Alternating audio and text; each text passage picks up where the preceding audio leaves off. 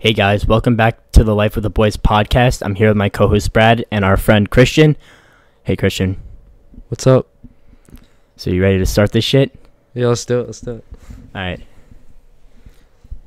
Christian, do you want to introduce yourself a little bit? Just how your life's going in general, your self-improvement type stuff. Yeah, sure. So, my name's Christian.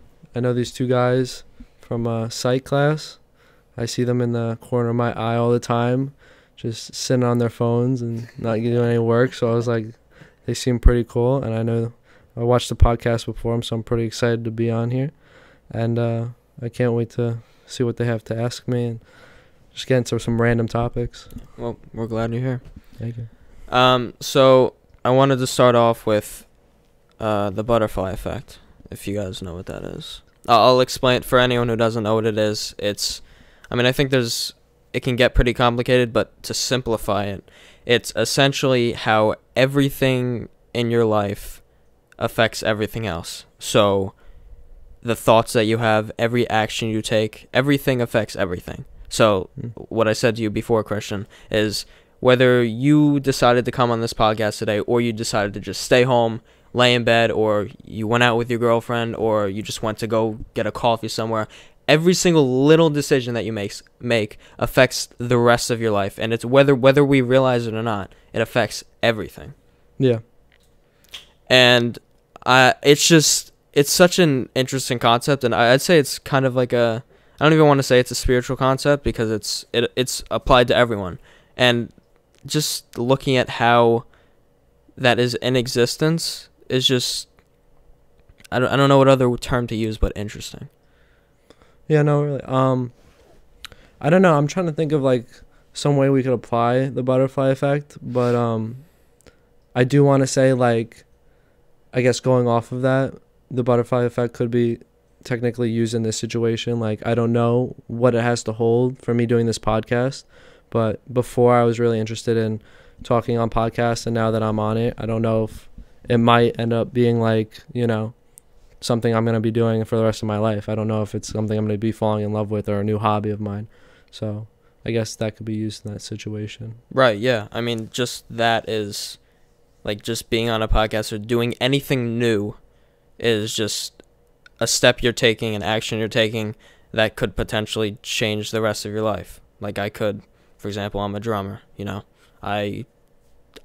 my dad used to play, and I didn't want to play for the longest time, but I just decided, he kept bothering me for years, and I was like, what, I'll just try it. And I tried it, and I fell in love with it. But I could have kept saying no, and I could have never tried it, and I would have never discovered my passion for music.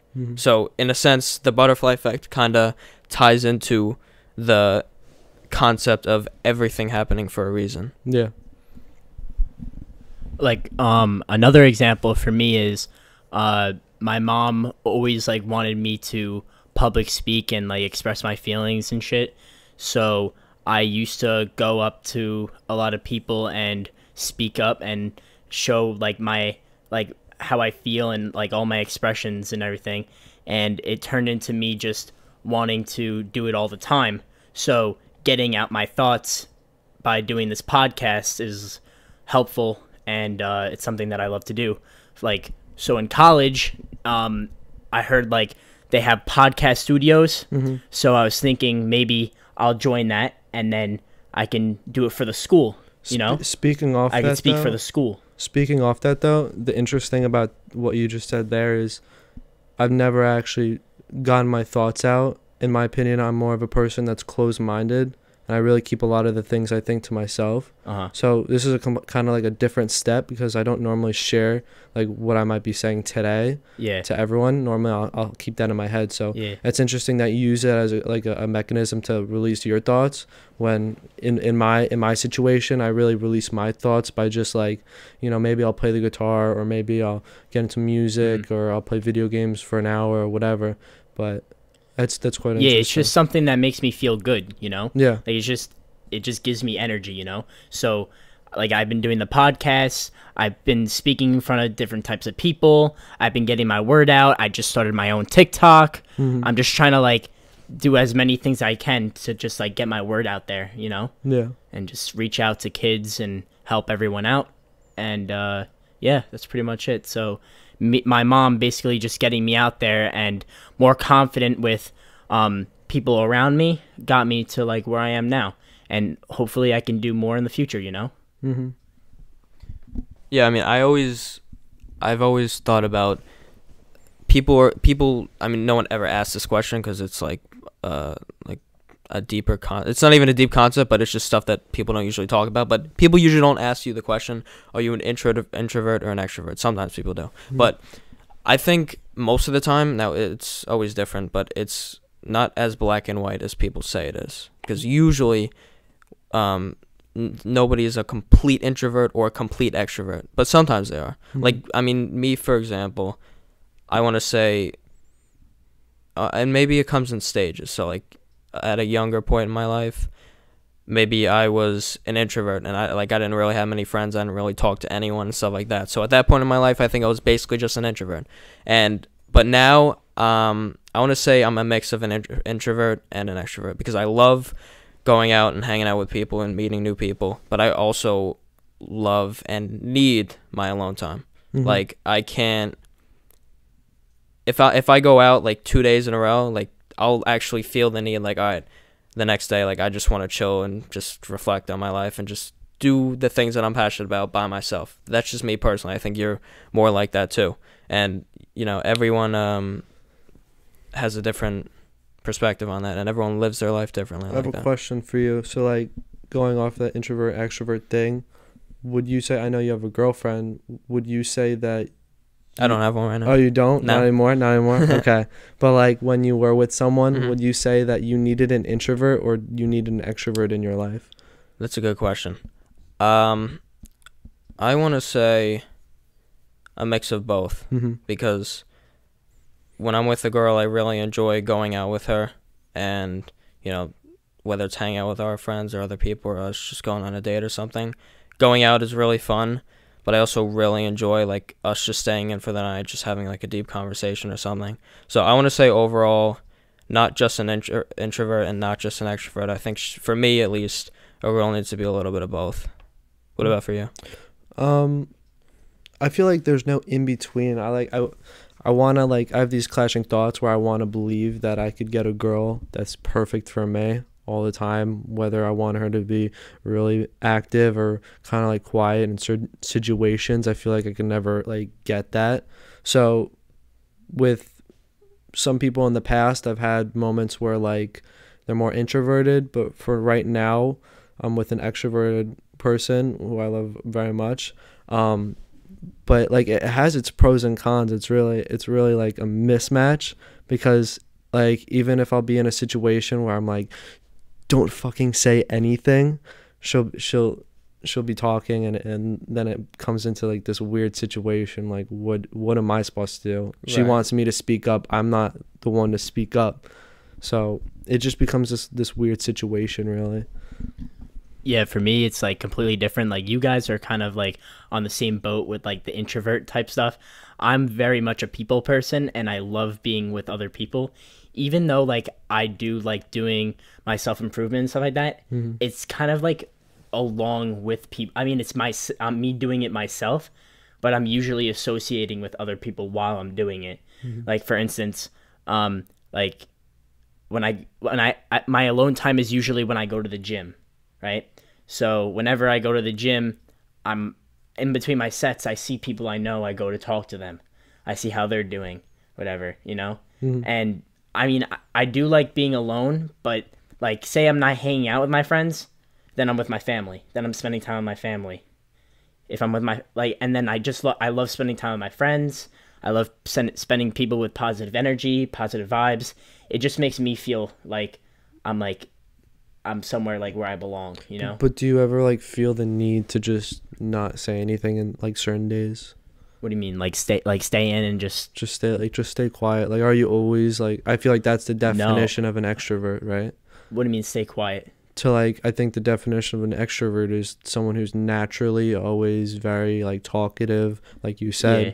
But do you ever find yourself on these days that you want to be kind of more introverted and you're just quiet and you want to stay clear from everyone? I mean, there are those days, like, it's only like little time periods. Like if I'm feeling stressed out and I just want to like take time to myself, it's kind of just a period of like I sit there, I take in everything, and like it's like a 5 minute thing or like 10 minutes where I'm just like listening to music, trying to calm myself and just like release everything, or like a little meditation, and then I go back to like with everybody else, you know?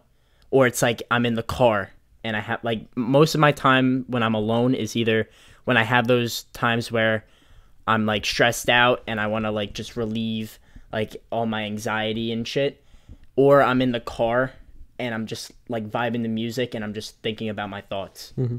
But usually I like to spend time with people, talk to people, and, you know, just ride the wave and be with others.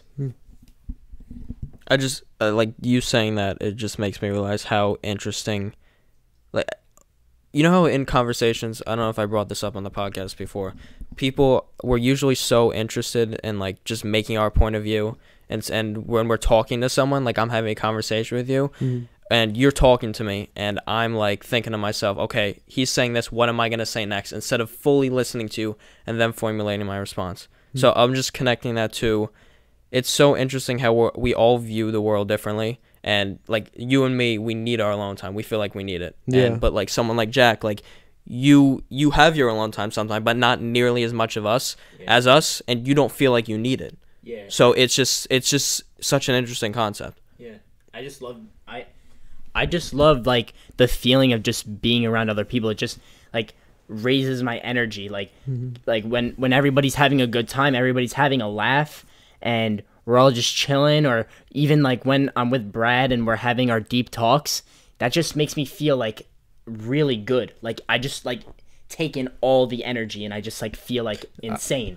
If I'm alone, it's kind of like I'm alone. Like I'm here and like it's like I feel just like lonely kind of. I know it's nice to like think about like your thoughts and stuff like that, but it's like I can only do that for like an extended amount of time until I'm like kind of bored right now. For me, I want to say, if you think of it like this, rather than you're having like you're taking in all the energy, for me it's not that I don't want to take in all the energy, it's I choose which energy to take in, and I choose which conversations to have. So I love talking to people, but I love talking to the right people, and that's why I love talking to you guys. There are times when I'm like, I don't want to be talking to these people, and I don't. Well, yeah, if you're not talking to people who have the same vibe as you, and you don't want to be around them, then like, yeah. But like, if you're with people that like love you for who you are, and just like think like you're just like them, then it's just like a whole different vibe. Like I'm with my family and like they love me to death, so it's like I enjoy spending time with them because like they're getting older, I'm getting older, and like we don't know what's gonna happen tomorrow, you know? Like you don't know what the future holds, so like you gotta enjoy the moment. So like when I'm with my family, I enjoy it because they love me, I love them, and we love spending time together. I love hanging out with people like you guys because you guys just make a huge vibe and impact on my life. I'm gonna blush. Thank you. It's just so weird though, because I'm listening and I'm hearing like your perspective on the world, and I'm trying to take it all in, and just my perspective on it is that like I want to do the same thing. Like I want to feel the exact same way when you're taking on all that energy and you have that need and necessity to talk to people. But like I achieved the exact same thing on a minor scale. So I don't want to say I'm more introverted, where that's probably what I would categorize myself though as. But it's just I'm content with it. And I'm sure, I don't know about you, the more introverted guy over here, if that's the way you think of it too, like with me, because I just can't do big numbers. I can't, like, over time, I'll feel like I'm in a group and I'll just say out loud, I'll be like, there's too many people in this one spot. Like, there's too much going on. There's too many conversations that don't have enough meaning. And that's why I prefer just one-on-one, or maybe like 3 people in a group talking together. And that's where I have like those good feeling moments that you have in larger groups. It's just for me on a minor scale. Yeah, like me now going to college, it's like it just is like I'm so excited because like I'm just able to meet like way more like people like me, you know. And like I go on like Instagram and stuff like that and Facebook and whatever, and I put in my interests, and there's tons of people just like coming my way, and I'm like, wow, college is gonna be great. Like I know like obviously like still I gotta do my work, but you know I think a lot of my time is gonna be just exploring like just different people and like, you know, just like getting that, partying it up. Yeah, but going back to your point, yeah, like there's some days where I'm just like on low key and I just want to keep to myself a little bit, and then there's those days where I'm out and I'm extroverted and I want to talk to everyone, and that but on those days where I don't really want to have that many conversations, I just want to chill. I don't want to say I live by this philosophy, but I heard a quote once. I don't remember who it's by, but it's something along the lines of, you don't have to say anything unless what you want to say is better left spoken. So like you don't have to say anything unless it's gonna actually make an impact. But that's not to undermine anything. Another quote that kind of goes with that is I think it was in a song, but a really cringy song, like sometimes the best thing to say is to say nothing at all. And that's like a universal quote, but it has so much meaning in my life, at least, because I'll be taking in, I think that like, not on a religious aspect, but we have 2 years for a reason. Like I'm going to listen and I'm going to take in as much information, automatically believing that you know way more than me, just that way I could understand just like you. That way, and then I want to say 90% of me is listening, and then the rest, the 10%, is speaking. That way I could reflect properly off of the other like viewpoints you guys have. I think that I actually kind of live by the same philosophy. Because the thing is, all right, so occasionally when you're talking, you'll like some new thought will come up in your mind that you've never thought before, and like you'll be like, oh, I never knew that or whatever, and you just kind of generate it yourself. But overall, when you listen to people, again, what you just said is what I say to people all the time. When you go into a conversation with anyone, assume that they know something that you don't, because every single time it's gonna be true, and you always learn more when you listen rather than when you talk, because when you're talking, you're just coming from all the knowledge that you already have most of the time. So like the other day, I hung out with a couple of my boys, and we were playing like, you know, the game where like there's a word and then you have to say like what it is, you know? Yeah. So we were playing with like historical people, and I'm like not good with that stuff at all. Like I like they'll explain it and I'll be like sitting there like, who the hell are you talking about? Yeah. And then there'll be this like one of the kids there, like me expecting him to be dumber than I am, but they explain stuff to him and he's getting them all right, and I'm like, huh? Like how is he doing that? Like I wasn't expecting him to like be that smart. So like, you know, can't just like judge people, you know? Yeah, I mean, it's bad, and I really do judge people a lot by what they show off to the world. The clothing, the way they present themselves. I feel like I am, yes, a very judgmental person based off of, I'm also a brutally honest person. I'll tell it to your face. But when it comes to first impressions are everything to me, regardless of if my desire for a person is to be friends, more than friends, if we're family members. There's a lot of judgment that goes on when I see people and how they present themselves, not just looks, but how they speak their mind too. So are you trying to be more than friends? We'll save that for after the podcast. But you know, I hear where you're coming from. You know, I think most people wouldn't admit that. Like most people would not sit here and say, yeah, I'm kind of judgy. I think there's less than 1% of people that don't really judge. But I think every single person at least has some form of judgment when you meet a person, blah, blah, blah, this and that. And I mean, you know, to me, I keep an open mind. Like if someone does one thing that I don't like or appreciate or respect, I might be like, all right, I'm going to remember it, but I'm not going to be like, all right, that defines you. But if I remember that and they acted that way, and then like I become friends with them and they keep acting that way, then, you know, you see a problem. So so first impressions, it's good to get an idea. And the way, like, you know, we all talk about vibes and energy nowadays, but yeah, it's true. When the feeling you get when you meet someone like that's important, because you can meet someone and instantly be like, all right, this person's like cool, I feel like they're a genuine person. And then you can meet people and you could be like, yeah, I feel like this person, like, we're not going to click well, or they just kind of seem like an asshole, something like that. Yeah,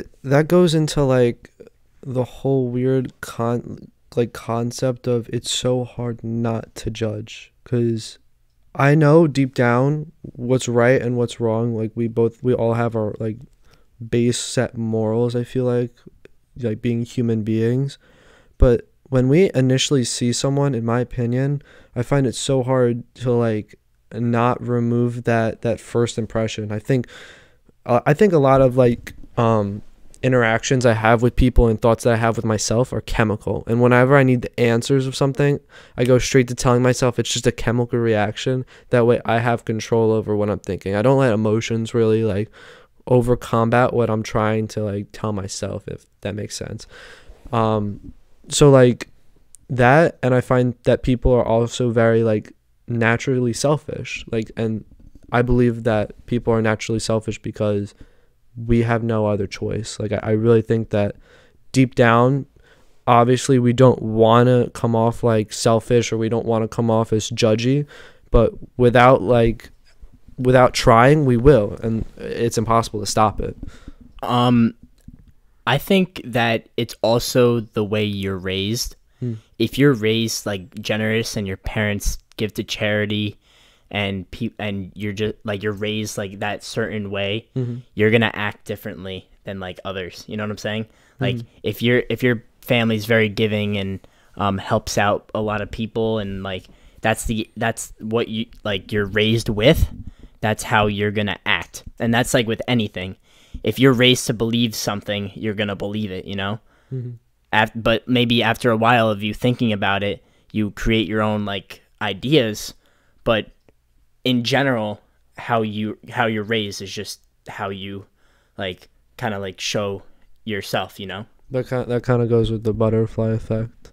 Just the first initial way that you're raised is going to affect the rest of your life, but on a larger scale. Right. But yeah. And it's just,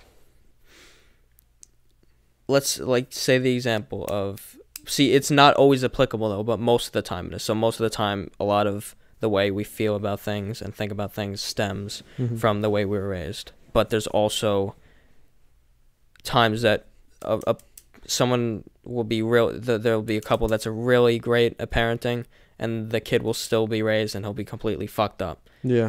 But then there's also other factors in there, you know, you don't know how their friends act and stuff like that and how they influence them. But yeah, but like let's use the example of people who are abusive to their children, right?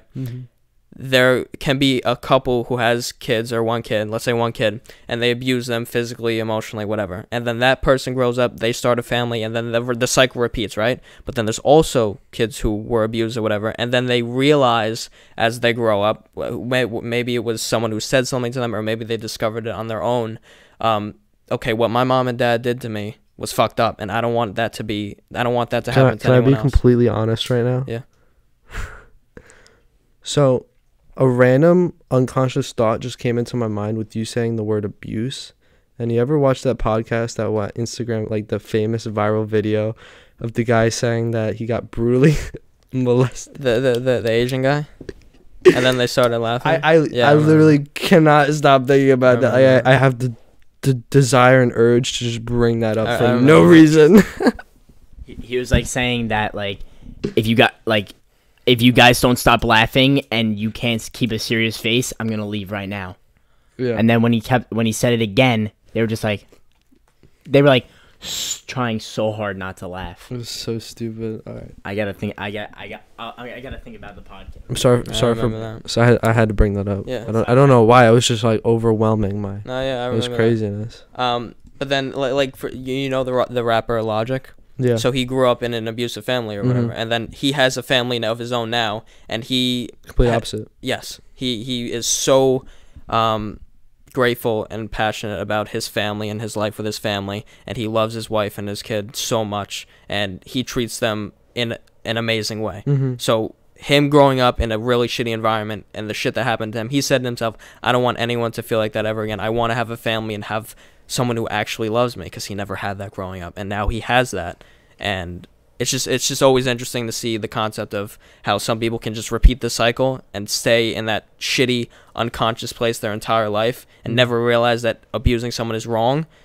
And then there's people who snap out of it and they realize. I feel like some people are stuck into that abusive, like, not mentality, but like abusive situation. I feel like because Logic was growing up that way, he kind of set himself up to be the complete opposite, while other people, they start off and it slowly grows into something that's abusive, and then they're stuck in that situation until then they have kids, obviously, and then they're able to move away or whatever and make it no longer abusive. So I think the process of it becoming abusive is also detrimental effect to it becoming, again, not abusive, if that makes sense. Yeah, I hear what you're saying. And also, what was I going to say? I don't remember what I was going to say. Oh, well. What? Oh, well. Yeah. That's all right. The concept of it is just interesting, and I remember. So, and then applying to people who grow up in like an abusive, like they have abusive parents. It may not be physical or whatever, but people, like, whether their parents neglecting them, or whatever, a lot, and then it affects the way you were brought up, affects your relationships with other people in terms of friends, and especially like a romantic relationship, because there's people who will, I mean, in our society nowadays, toxic relationships in general are like promoted and it's seen as normal, but no, it is. You know what I'm talking Wait, about. what did you say? Say that again? Like toxic relationships are normalized nowadays. Yeah. Like toxic behavior. Yeah, I don't like that. Right. We should talk about that. Like it's like in like TV shows and things like that. Like, if anybody watched like Euphoria or any of those like relationship movies or whatever, they like show like abusive like relationships. Yeah. And what was the movie we just watched in Psych? The one we just watched. Yeah, Good Will Hunting. When he had like a terrible mindset, and when he was with his girl, like he wouldn't tell her that like he loved her, and then when she got really upset about it, he like lost control and pushed her into the wall. Yeah. And like was about to like hit her, but then like he didn't. For people who don't know, she was still in love with him after the fact he did that. Yeah, for people who don't know about the movie, the guy is basically, not only is he very handsome, but the guy is, I think it's Leonardo DiCaprio filming, Yeah, I think so. the actor. He basically, the whole movie just is completely like raised into fighting and being a gangster and doing all these horrible things. And then when he finally does come time to like have this girl of his dreams, like I was getting like a little like shaken up that he can't even like say that he loved her after like doing so much with her. And like that goes to show like how powerful, even though it is a movie, it is applicable. It just goes to show how crazy like the effects that the abuse that he had initially had on him later on in life. I also think love is a very strong word. Yeah. Like, I think when I do get into a relationship, I feel like it's now normalized for people to like kind of say it just to say it. And like, until I feel that love, then I'll eventually think about saying it back. You know what I'm saying? Because like girls, like a lot of girls nowadays, like they'll just say, "Oh, I love you, I love you," like they'll say it to anybody, you know. Yeah.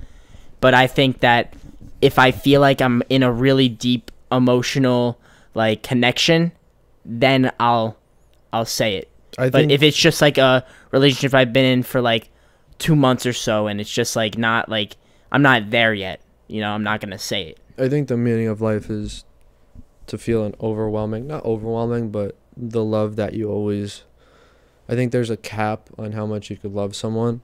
And I think once you get there, I think that's kind of the meaning of why we're here, is to love someone else, because you can't feel those emotions. And you see people with money, I think you could either be chasing your whole life for love, or you could be chasing your whole life for money. And for me, I've found out, yes, I do love money and I love nice things, but the concept of loving someone, regardless if I've had good or bad moments of it in the past, it all boils down to, you can't achieve anything you can like another person. You can't achieve that kind of sensation and that kind of feeling of love in any other kind of way. You could feel overwhelming amounts of happiness when you have nice materialistic things, but over and over again, even though I've had bad moments of love in the past, over and over again, I'll tell myself there's nothing greater than loving someone. It's that endless cycle, that endless chase to achieve that perfect feeling. I'd say love and contentment for life in general is kind of your goal. Hold that thought, because I think we all have different meanings of life, because I know I put myself before others, and I let people, like, I've always told myself growing up as a kid that I don't care what I do, I wanted to help people. I always told myself that when I grow up I want to go into the military, or when I grow up I want to become a doctor, try and save people, or be a police officer and protect and serve, because I always told myself there's no greater gift, there's no greater achievement, there's nothing more glorious than being able to give someone a second chance at life. So with contentment, that's not really in my that's not in my book of what I'm trying to search and find. It's just that love to give to other people, because I've never really put myself, it runs in the family. My mother always put herself before others, does all these things for us. Same with me. I can't stand there and watch someone upset. I can't stand there and let someone, I can't put myself first in a lot of situations, really. And I mean, you saying that makes me think back to people that I've been with in the past, and that amazing feeling that you have with them, even after they do something wrong, or you do something wrong, and you have an argument or something. It's like after the fact, and even during it, you still really care about them. And you, I mean, me personally, everyone's different. I mean, I'm a big believer in second chances. I mean, like if my girlfriend cheated on me, you don't get a second chance for that. Yeah, but for some people take their girlfriends and boyfriends back, or stay with them after they cheat on them. Some people don't care, and I like stare at them, and I feel like a lot of girls. How about like the polyamorous relationships? I don't know. Everyone does their thing, but I can't wrap my head around it. Yeah. What's that? It's basically when you're allowed to like cheat on Will Smith. Yeah, like Will Smith's relationship basically. Okay. So you like the guy can do other things with girls, and the girl can do other things. I think with that's guys. baby shit. I think that's like more categorized as, I'm not sure, but like as an open relationship, and then polyamorous or whatever it is like multiple people in a relationship together, which is interesting. I don't want to hate on people that do that. I have no problem with people who do that, because that's not what I like. That's not what I believe. The moment I have an issue with it is when it's a girl telling me about the consequences of doing something like that, of not being sure and not putting themselves out there.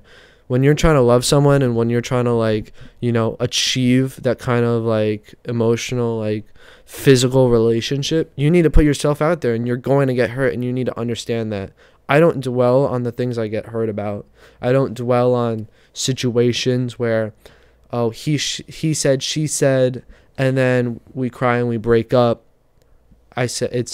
She said, I listen, and then we work on it.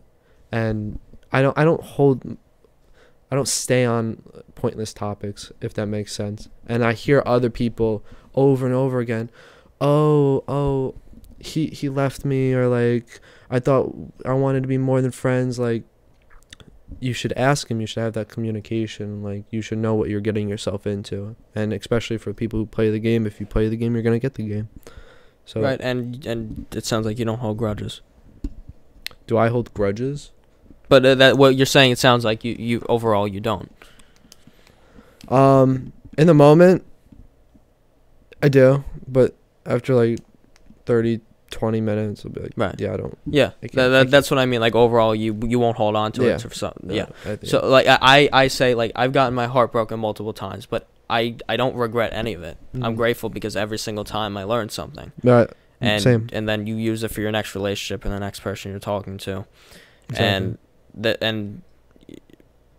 And I always say that, I mean, listen, I guess it's gonna happen to some people, but I kind of say if a relationship ends and you guys hate each other's guts, you won't be able to say another word to each other and never talk to each other ever again, then you guys probably should have never been in a relationship in the first place. Exactly. Like, I have an ex-girlfriend of mine that I'm friends with now, and we can actually sit down and have an intelligent conversation together. Like, and I went out to eat with her once. Like, we stopped talking for a while, then we went out to eat, and we actually sat down as two intelligent people and talked about, okay, what do we know that we're not right for each other for a relationship. What do we think went right? What do we think went wrong? And we could actually sit down and have that conversation. I find that fascinating because I believe that once you achieve, I don't know if it's a physical relationship, I feel like all relationships are physical, assuming that, but I feel like once you allow someone in your life as that, physical, emotional,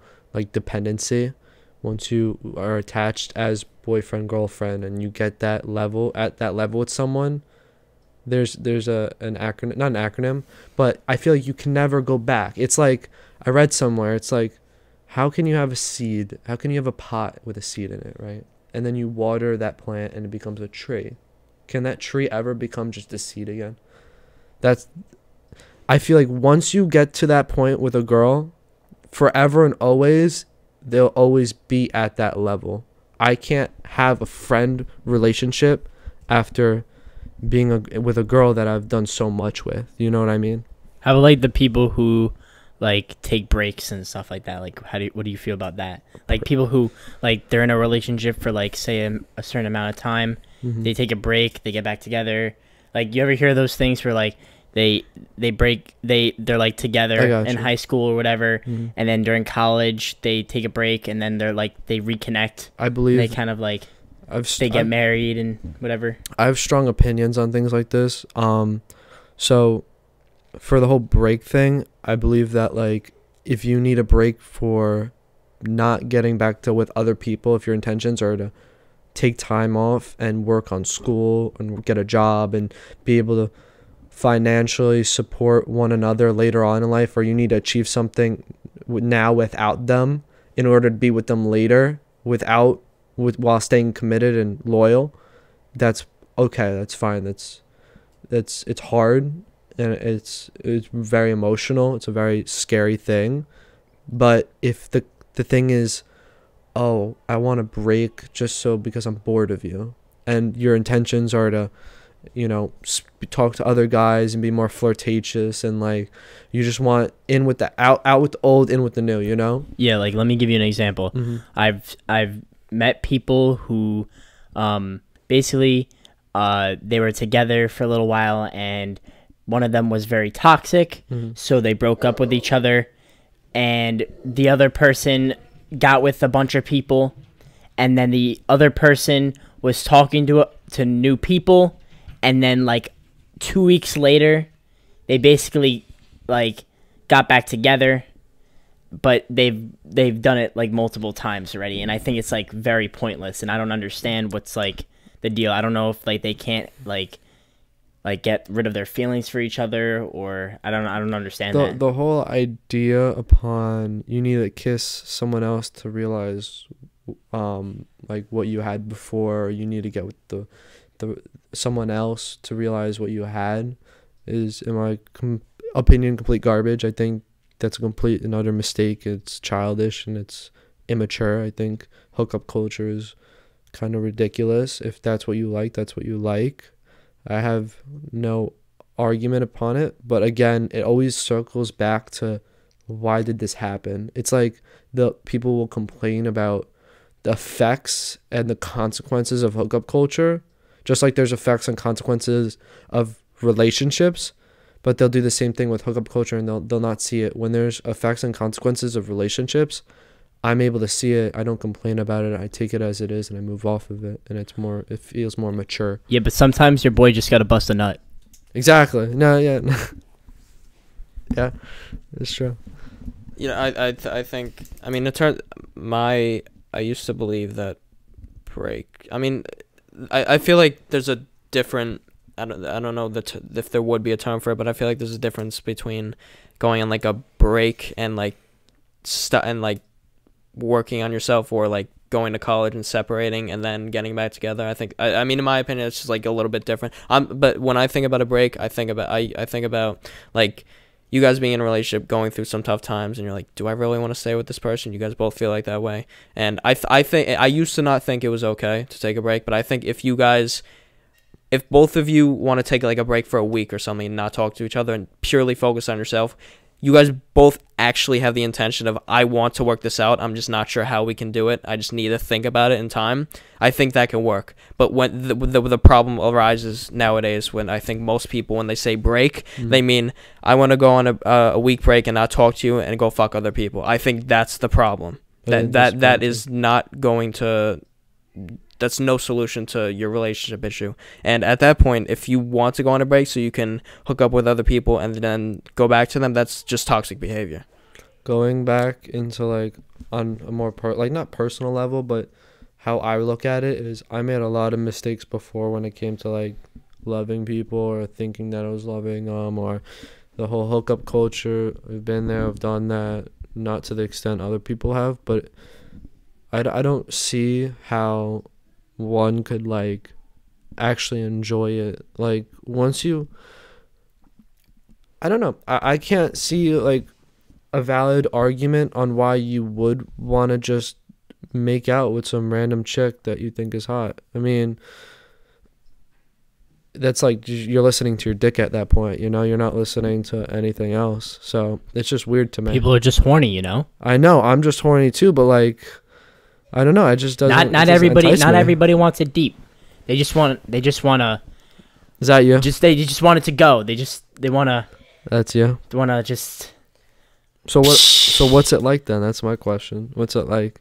I think it's like I don't have to give attention to girls. Mm-hmm. And if I just say, "Hey, let's hang out," then you already assume what's gonna happen. Yeah. Oh yeah. And then afterwards, I don't have the obligation to give them any attention or validation. I can just say, I had fun, and that's it. Or maybe I'll do it again. Do you ever look at it as the things that you're doing with girls, that you don't have that feeling towards? Those actions are something you should have feelings for while doing. Have you ever like what do you mean? I think that you don't fully comprehend what it's like to make out with someone you truly care about. And well, I think once you do achieve that, then it'll completely change your viewpoint on it. For the past years, I've said to myself, like, I want a relationship. Mm-hmm. But then I kind of realized, like, first of all, I have to work on myself, and I don't have time to give, like, my time to, like, girls and give them validation. Have you ever tried? Have you ever tried to be in a relationship, or has it just never come up? I mean, I've talked to girls for a certain amount of time, but it's never got to the point where it's like it's gotten serious. Like, I've talked to girls for like a good amount of time, like a couple of weeks and whatever, and went out with them like on dates and stuff like that, and like 2 or 3 girls I've went out on like several dates with, and but then I realized, like, do I really want this person? Mm-hmm. It's not that I feel like I'm kind of picky in a sense. Mm-hmm. Like, if I hang out with a girl for a certain amount of time and I figure out who they are as people, it just, I've never found like the person that really like matches me.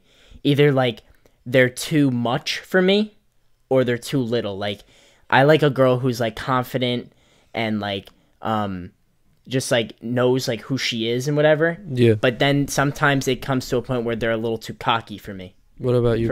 For my liking. Like, so I've been in that, but it's never come to the point where I'm like, wow, this girl's like for me. So I just let go and say I'm actually trying to focus on myself and do my own thing. So I don't think this is gonna work out between us. I feel like Brad will have a completely different viewpoint on it that we might want to hear. So I think hookup culture has its ups and its downs, and if you're in that place in your life when you feel like that's just what you want to do, of course, you do you. So what I wanted to say before is, having had that experience, making out with someone that you truly care about and having that relationship experience, and then comparing that to when you went out and just hooked up with random people, the feelings it's mellow. What? It's mellow. The feelings and just the experience in general is nothing compared to the person you actually care about. So if I got to be honest, do I hook up with people occasionally? Sure, but I would much rather be in a relationship. Like if I meet a girl tomorrow and I really care about her, or I'm not gonna start caring about her super much. Care about her like the first day No, you meet her? Do you care about your mom, Jeff? Yes, very much so. Give him the mic for a minute. You care about your mom, right? Yes, I care You should about try my mom. making out with your mom. No, thank you. I think you'll like it. So like I haven't like I've thought about like that feeling of like being like madly in love with someone, like doing whatever, but it's like I haven't found the right person, and like me doing like for instance, like I did NoFap for a year, Shit. and You want to talk about that? so Oh my God! Hold on.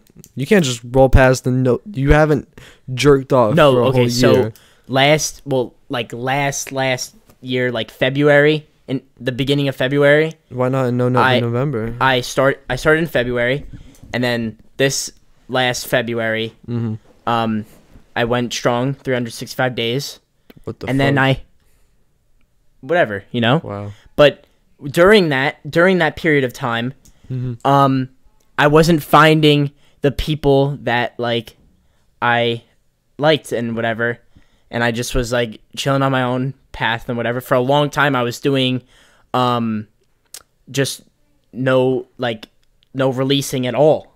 So like 5 of those months, I did 0 releasing. 5 or 6 months of that, I did 0 releasing.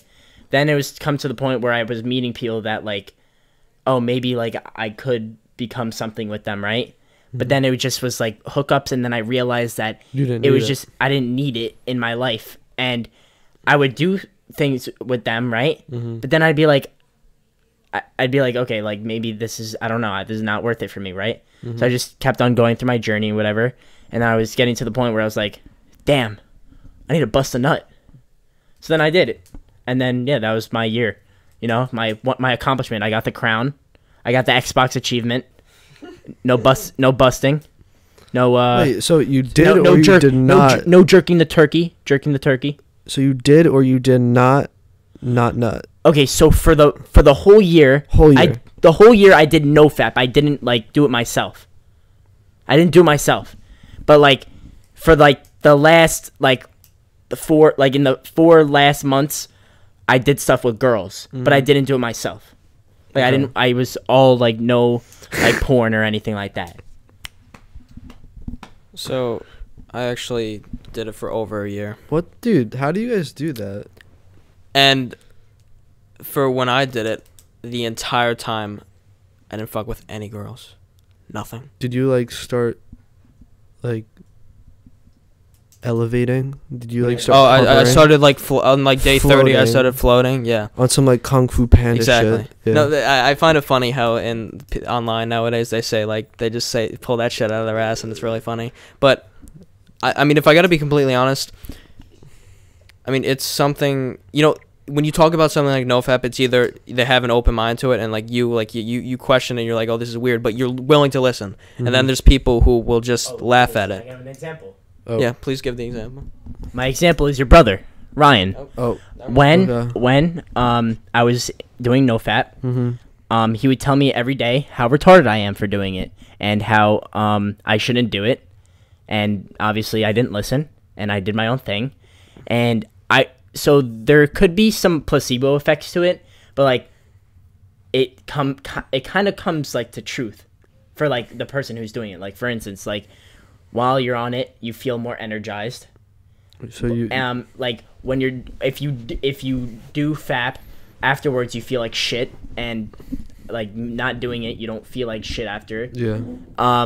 Like kind of like more like energy and like feeling more confident, like a kind of confidence booster. Not saying that I was reliant on it. Like I could do anything, like if I put my mind to it. It wasn't that I was like I relied on it. It was just like every time like I encountered something that like whatever, like I felt like more energy. Like say like for example like with like girls, I felt like more of like an energy when like talking to them and shit and like whatever, you know. Not that like it was like it was that not that like it was like I believe it because I was doing it, like not doing like I was not doing whatever. Just like it felt like I felt like better, you know. But there's some people who think that's like it's really stupid, and they have their opinions on it, whatever, and they try to like drag you down for like what you're doing. You know? I don't think it's stupid. Oh, did I hit the mute button? I didn't. Okay. I don't think it's stupid, but I just find it. I don't know. Try it. Who says I don't try it right now? You have a girlfriend? I do. I think that answers the question. You know what I used to do? I used to be so obsessed with it. Not saying that this is good, but I'd act, like when I was with my first girlfriend, I actually like there'd be like a week where I'm just like, you know what?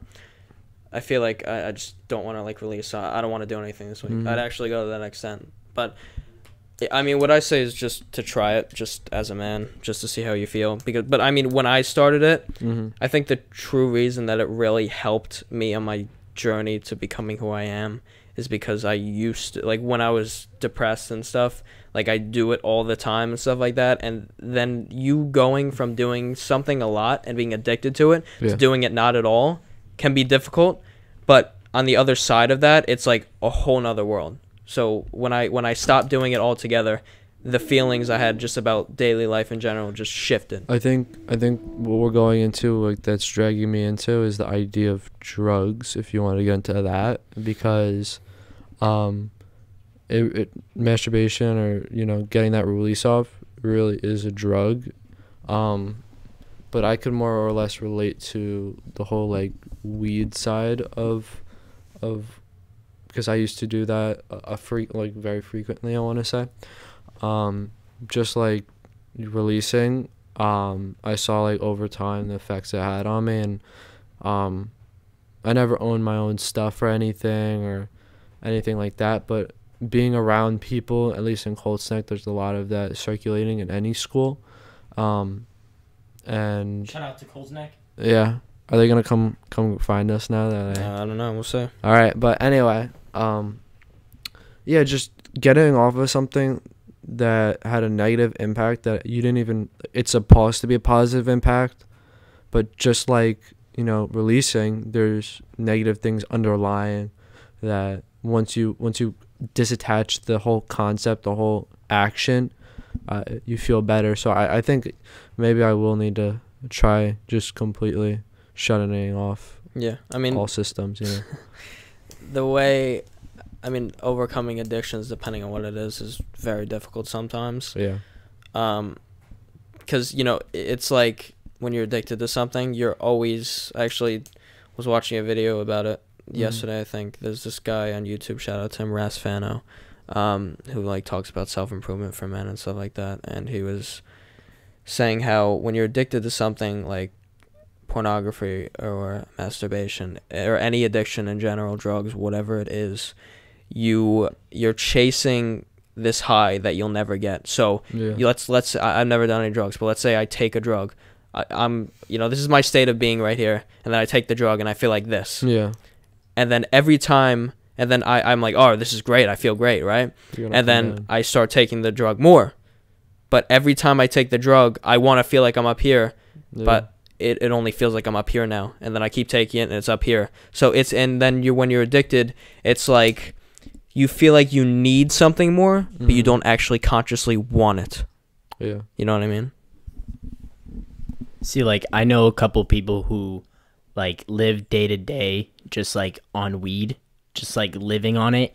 And they explain it to me as every day they feel like, like, they're in, like, their own, like, not that they're in their own world, just, like, they feel, like, amazing all the time. They just feel really good, relieved, no stress, no anxiety, no nothing. And they live every day on it, right?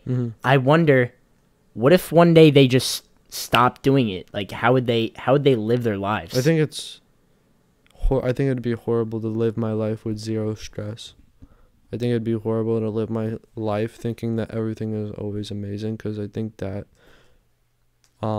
with my mindset on things, I have a very, like, I'm alive right now mindset, and I kind of just stop and I realize what's going on around me and, like, how big everything is. I think you might have talked about that before, but if I were to be in that situation, I feel like I would say, this isn't right. This isn't real life. You know, why am I always, like, not everything's always 100% perfect, and not everything is 100% A-okay. And when you're on a drug or when you're relying on something, it becomes more over, like, something that you need a fiend. And I see people, like, going to the gyms and they're addicted to nicotine. Like, those two things, they completely clash. And if you were to just get rid of the drug, the thing that's scientifically bad for you, then you'd be doing much better. You know, it's like almost like a parasite. It just feeds off of you. So you want to hear something funny? When I was little, well, this is my uncle on my mom's side. Well, actually, he's like a second cousin. And he used to smoke cigarettes, right? Yeah. And he stopped and he started using, like, e-cigarettes, right? So I was at my barbecue, and he came to the barbecue, right? And he was upstairs in my room, and there was, like, a bunch of kids everywhere or whatever, and he was in my room just smoking the e-cigarette, right? Trying to, like not associate with people, but they're, like, kids kept on running in and out of the room. And I went into my room, and I'm like, what is that? And he's like, oh, it's good. It's vanilla. I go, can I try it? And he goes, sure. So he gives it to me, and I do it. I hit it. Little 6-year-old me hitting a nice electric joint. 6 years old. I'm just like, six. and I was 6 like, years and I old. can still remember the taste. It was like pure vanilla, right? Wow. And that was the only time I smoked. That's not how I remember it. That's not how I remember it. That was the last time. So yeah, I Well- smoked an e-cigarette when I was 6. Wow. But, you know, I like to think of, like, I always remember my addictions and stuff like that, even if I've gotten past them. And I also kind of think that sometimes you're not fully free from it. Like, if you fell in a bad circumstance and had a bad mindset, and even if though you stop doing that thing that you were addicted to, Yeah. if you somehow fall into that bad place, that bad situation, then you do it again, you could be right back where you started, even though you feel like you've come so much farther. So, but, you know, that's, I mean, you know, I think it's so horrific, and it's appalling that drugs and pornography and all that stuff is actually promoted in our society nowadays, and we as a culture live online and in our addictions instead of real life. I'm really only addicted to one thing, and it's Prime Hydration. So Are we fucking sponsored? good. We have a sponsor. So fucking good, bro. Is my- this sponsored? My favorite is, like, green, then blue, then red, then then orange, then purple. And they just came out with Ice Pop. We got to try that shit. Next podcast. How much is that? How much is one bottle? Prime hydration. It's Isn't like that it's the like Logan $3 Paul thing? per bottle. It's really good. I'm addicted. Really good. Yeah. People I were bought addicted on like Celsius. $100 worth of Prime. Yeah. People were addicted to Celsius, and they're like, "This is so good for you." I had a bottle. I remember. I was going out to hang out with my dad's friend Carl, who's a luthier, and he played the guitar for 20 plus years. He was a band. We were going guitar shopping, everything guitars, playing guitars, looking at guitars, fixing my guitar. Spent the whole day. I started my morning with one of those Celsius bottles, and I kid you not, that shit brought me to the moon. I was boosted up on whatever amount of caffeine was in there, and then I started feeling like my heart was spazzing out, and I felt like something ain't right for like a solid 30 minutes. And then it went away, obviously, but you know, those type of things don't just happen. So I don't know, some of these drinks, I feel like we're all in line. If we want to apply just Celsius to drink to something, I feel like we're all in line to believe what these companies and what other people want us to believe in. Like, oh, Celsius is gonna burn fat and all this. It's just, if it tastes good, it's probably not good for you. Yeah. Yeah, I mean, is Prime Hydration good for you? Yes. Okay. It has coconut water. Oh shit, really? Bussin'. I've never had that. I want to try that. Don't worry, I'll get you a bottle. All right, perfect. Well, you know what?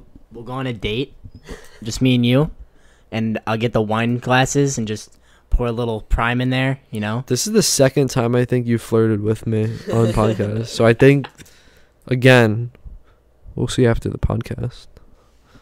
Yeah.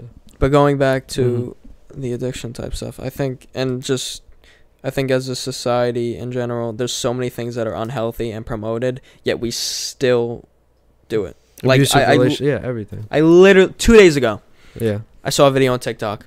Does McDonald's chicken nuggets have microplastics in it? The guy took it home, took it all apart and used a microscope and everything and saw that there was shit in there, right? Guess what I did yesterday? Had some McDonald's. I got McDonald's chicken Damn, nuggets. those would have been the best fucking McDonald's But- chicken but nuggets you- ever. but you see how this stuff that we know Yeah. is fucked up for us, we'll still go and do it. I think we all need a little bit of it though. Like, Keep us going. for another example, I went a year with just literally just drinking like water and like iced tea, and I didn't drink like any sodas or anything like that. And so then now it's just so good I can't like not drink soda, you know. Oh, you're on. I'm the back. train? I'm back. I'm Be back careful. drinking soda. Be careful.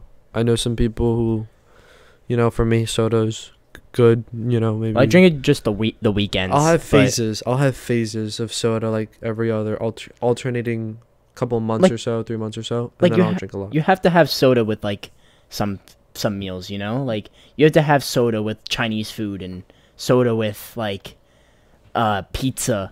Like you can't drink water and pizza. Come on. Every time we go out to eat with our friends, there's like 8 of us. Yeah. What do you want to drink? Water, water, water. Get the Jack. Coke. And I look at him every time like, you motherfucker. Yeah. And chicken wings, bro. You gotta have the soda. It's Just like eating those chicken wings up and then we should go. beautiful. We should go B-dubs? to- B-dubs? Buffalo Wild Wings. I've never been there. Newsflash. Yes. I've never been there. Damn, we're gonna be a throuple then, I guess. But going back again, back on track to addictions. You're right. I really do think that we really are directed. Not directed, but we know that these things are bad for us, and we're like okay with them, and it's interesting. Even applying it back to the relationships again, like these abusive relationships are just deemed okay out of nowhere, and like it's so weird. Yeah, and I see it pisses me off. I see these TikToks of like of girls, and I'm not saying it's only girls because there's so many toxic guys out there too. But these girls will be like I'll see TikToks and it's like, how do I get rid of this hickey? My boyfriend's coming over in 2 minutes. When I cheated on him 23 times and he still stayed with me. Like I also think, I genuinely believe this, that masculinity is so shamed in our culture nowadays that the society actually wants men to not be men. They want us to be weak. You think that? Yes. You think so? I think through I don't know anything about hairstyles, but Harry Styles, the guy who wears dresses. I think through like pornography and all this stuff, I think it weakens you as a man. You think so? Um, my I want to say my perspective on the whole masculinity thing is you kind of just need to do it. Like not do it. Like the dogs are going crazy. Shout out to the dog. Can they hear that? I don't know. At Axel. Some scary stuff. Yeah. But anyway, I'm trying to speak over them. I think that there are times when I may or may not act like a girl. But I think it's important. Yeah, no, like I just joke around. Like I don't act like a girl. I just joke around. I remove some of my masculinity knowing what I'm doing. Mm-hmm. So like I'll open like when I'm like comfortable with someone, I'll crack a girl noise joke or whatever, and I'll open up to them, and that comes off as less masculine, and then people use that against you sometimes, and that's when it really like. That's why I don't completely disagree with it. They kind of are trying to take it away, but at the same time, I think it's important to have some masculinity, just because, regardless of, like, even chemically, I think that like I don't have a choice. I feel like I'm just going to be masculine in certain scenarios, and other times I'm not going to be masculine. I mean, I mean, what I was mainly getting is like where when a girl cheats on you, like guys are actually okay with her doing that and then going back to them. Like, you know, I mean, it's never happened to me, but, you know, I can try to put myself into perspective, and if you think you love a girl so much, like, you'll still stay and stuff like that. But I think society kind of dumbs us down a little bit, and so that we're accepting of that, and we tolerate it. And what's the point that you just made before I just started talking? I'm not sure, but I think that going off of what you said, I think that it's bizarre that people could be okay with someone like cheating and then coming back. Like I don't know the mindset, and I think that has more to do with rather than anything besides morals.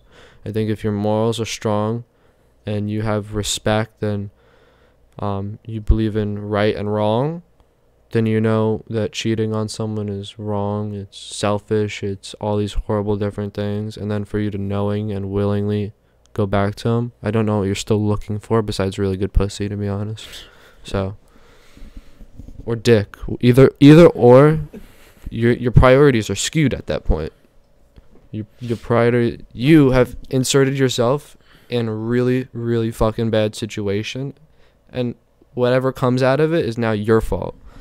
That's how I look at that situation. The whole, oh, he cheated on me, but now we're back together. Like, that's just craziness. Yeah, that's craziness. But and I also wanted to touch on your point about, you know, I also think it's good like people people will.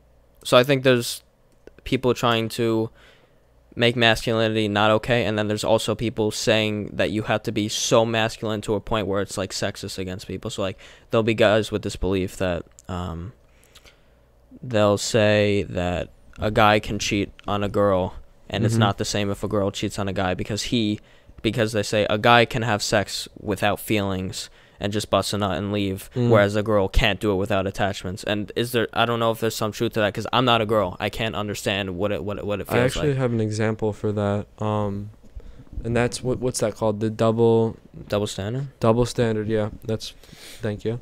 Like when I'm with my girlfriend, and let's say I'll crack a joke about, I think the joke specifically was, I'm going on vacation. This is the scenario. I'm going on vacation, and I'm gonna have fun. I'm gonna party it up, is what I said. And she got mad at me. She was like, "Oh, you're gonna go party it up without me?" And then she proceeded to say, "I'm gonna go party it up with my friends, or whatever themselves. I'm gonna go party up," and I'm sorry, it's the other way around. She said she's going to be partying. I asked her, "What are you going to do when I'm gone on vacation?" She said, "I'm going to be partying with my friends." And then I was like, oh, really? Okay, I'm going to be partying it up on vacation. And she's like, "How dare you?" And I'm like sitting here, I'm like, dude, I just took the words out of your mouth, rearranged them into my favor, and you don't like it. So do you think that I'm going to, it doesn't feel the exact same way? And that's a broader version of the double standard, but on a more like precise matter with relationships, the girls like think that it's just okay that with the whole masculinity thing too going into play, that it's fine if I'm gonna go out and I can make out with tons of guys, and it's that's what the standard is. But for when it comes to guys, you can't be doing that. You know, the double standard's really skewed, and it upsets me. I'm not sure a good example of it right now, but it really upsets me when it presents itself in the fashion that a girl could do something that a guy can't. Yeah, I know what you're saying. Yeah. And you know, it's kind of like a sort of brainwashing type thing, where like because of TikTok and the way certain people feel, they convince everyone else that it's okay. And you know, that's not okay for a guy to do. That's not what we're saying. We're just saying that when a girl says that to you, that you can't do that, but she can, that doesn't make sense. Whereas, but if a guy said, I can do this, but you can't, the same thing. It doesn't make any sense. But then I also wanted to say about, you know, there's masculinity in my life is very important, but when I'm with a girl that I really care about, like, I'll, like, I don't want to say act feminine, but I'll cuddle up with her or whatever. Like, I'll just... Well, hold that thought, because do you think that by opening up and acting more feminine, rather than you thinking it's feminine, you're just supposed to act masculine? I think that it's not actually us wanting to be... Trying to understand this. Like, it's not actually us trying to become... Like, by opening up, we're not becoming more feminine. That shouldn't be the ideology behind it. It should be, by opening up, we're just opening up, and it might sound more feminine, it might sound more masculine, but that's not really what it is. And the problem is we've been told that that's not as masculine. And the thing is, I've been like, you know, watching self-improvement YouTubers and stuff like that for so long, and there's some and back when I first got into it, I actually started to believe that I can't open up to a girl because she's not gonna listen to me, blah blah blah. But I've thrown that in the garbage, because there's literally no better feeling than opening up to a girl that you care about and having her actually have that same energy and being able to talk to you about it. So I think it is really important to open up to your partner, and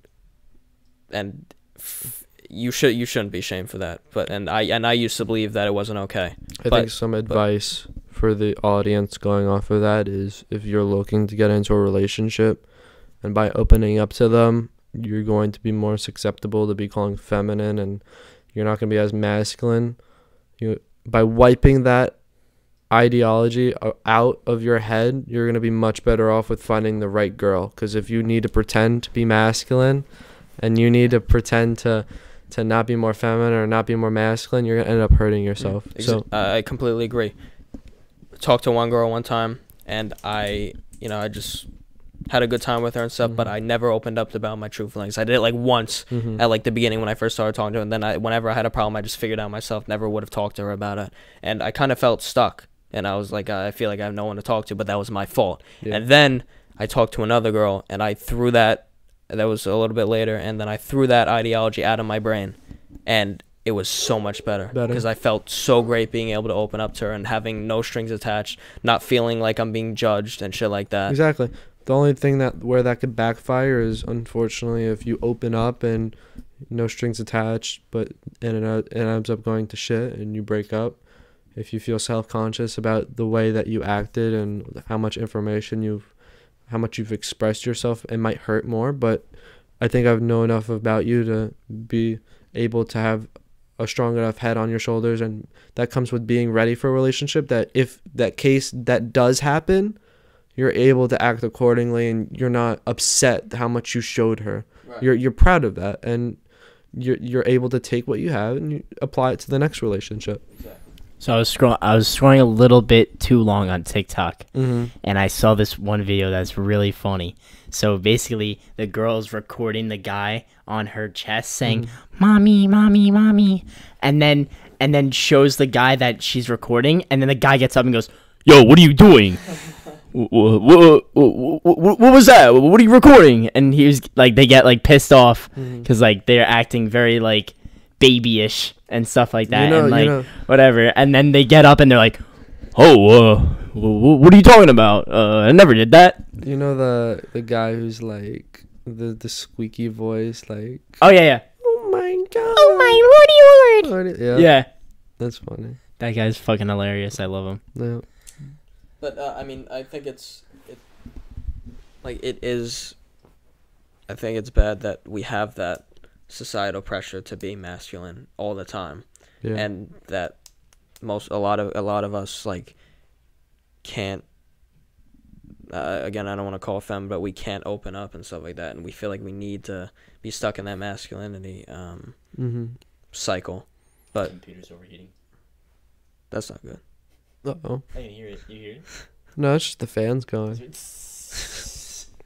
I think that, see, like, talking about so much based off of like masculinity and guys and us, I try and like look at a girl's perspective on it, but I feel like there's obviously a whole wide range of what girls like and what they want to see, but there are girls out there who really do just say, hey, I want a masculine guy, and I don't like guys who are skinny, and I like guys who are big and strong and all this, and that's fine.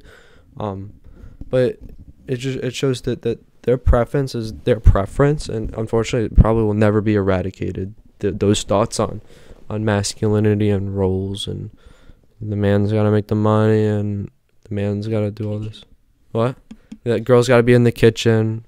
So Yeah, no, everyone's gonna have their views, and people are gonna have different views and stuff.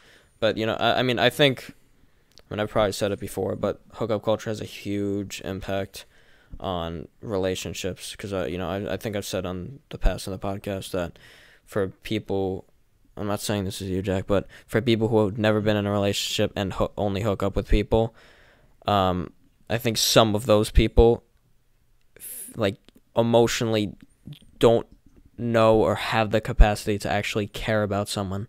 mm-hmm. But the capacity. Again, I'm not saying everyone, Jack. Is Jack ready for a relationship? Yeah, I'm already in one with Brad, so. Oh. Yeah. Never mind, guys. I thought maybe someone would want to snatch you up. Yeah, that's why, like, in the beginning, he got offended when you asked him, when you said he had a girlfriend. I He's think like, oh, no, not right now. you've been flirting with me. Is Brad okay with that? Oh, he loves it. Oh, That's really? his fetish. He loves it. Shit. He loves when I hit on other guys. He just is like, that's my man, What else we got? What else we got? We could talk about success and the fear of not being successful. Oh yeah. So for me at least, going into that, when like I want to say by myself, I have like I'll be in my room playing video games, and then out of nowhere, shit, why am I not a millionaire? Or why am I not set up? Why don't I feel like I'm going to be unsuccessful? Why am I so scared of that? Am I not smart enough? There's people out there doing better than me. All these different thoughts rush to my head. And I feel like the way I react to it is almost like a sense of self-hopelessness, to be honest. I feel like I'll work on it in the slightest bit and then get disencouraged and stop. I feel like my true potential is when I come to like really start doing something I enjoy. That's when I start being successful. Yeah. I think there's a lot of times where I can't relax because I feel like I need to be doing something that's going to make me successful in the future. Mm-hmm. So I actually, it's funny you brought that up. I actually saw, it's an Instagram post I screenshotted. The account is called Masculine Soul, and what they posted is, feeling like you're never doing enough is a double-edged sword. On one hand, it makes you a fantastic performer because you always feel like you can be better and you work relentlessly to do so. But on the other hand, you can never relax and be satisfied with your work. It's very tricky. So I feel, me personally, I feel like I have that issue where sometimes I'll actually be out with my friends or doing something that is supposed to be fun, but I'm thinking in the back of my head, damn, I should be doing something that's going to make me more successful in the future. And I feel like there has to be a point where you work really hard, but you can also, you can, like, that's something I'm still working on, where I can take those days off and be okay with it in my mind and know that that's okay, because there's still a place in my mind where it's like I feel like I shouldn't even be doing I think this. the suppressor of successfulness is love. I think coming to terms with you'd rather just have a medium-sized house with a nice wife and a family that you're comfortable, but you're not like super mega rich, I think that's where most people become comfortable in life, working their 9 to 5, and that love idea suppresses the ultra success that we desire in life. I know what you're saying. Mhm. I think people define success differently. Like some people have different perspective, but a lot of people in our society have like the success is having that fame and that wealth. But I think that love is related to success, in my opinion. Really? So Okay. I think that there's, you know, the type of love where you love like a person and people in your life, and, you know, I'm not talking from experience, but you love your wife or whatever, right? Mm-hmm. But there's also a love for your quote unquote purpose in life or your job, whatever it is. Like, I feel like a part of my purpose right now is doing this podcast, getting this, just expressing myself and talking about concepts that I enjoy speaking about, and that helps me and can help other people. And I think that is a sort of love, and that's what people kind of say when they love what they do.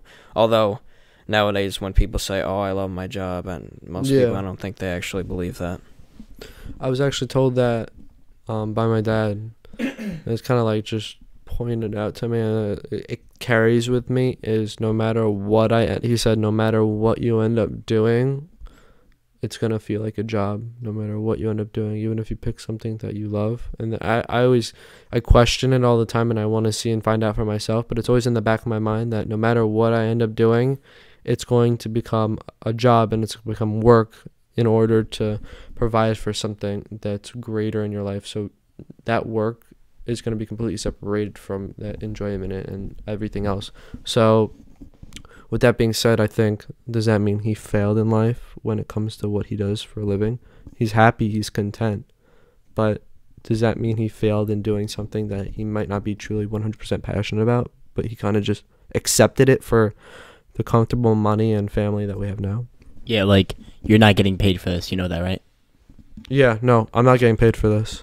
Yeah. Not even in the slightest. I think I might be losing money after this, driving home, getting gas, stop and get some chicken nuggets. I don't know. But I do things. I'm doing this because I'm passionate about it. Not just passionate about it, but I enjoy it. Yeah.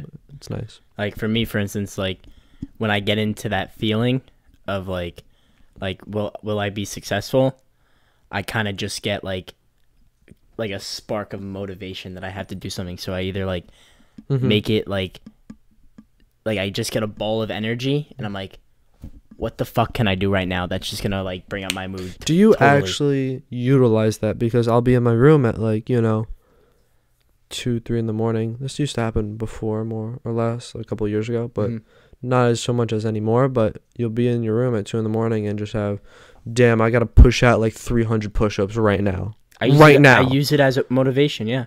If I don't do it. I don't do the 300 push-ups at 3 in the morning. I go to bed. If I feel like absolute shit, yeah, like, I'll think about like, will I be successful? Like, who am I? Like, I'm a blank slate, like, on this earth. Like, I'm like in a maze that like never ends.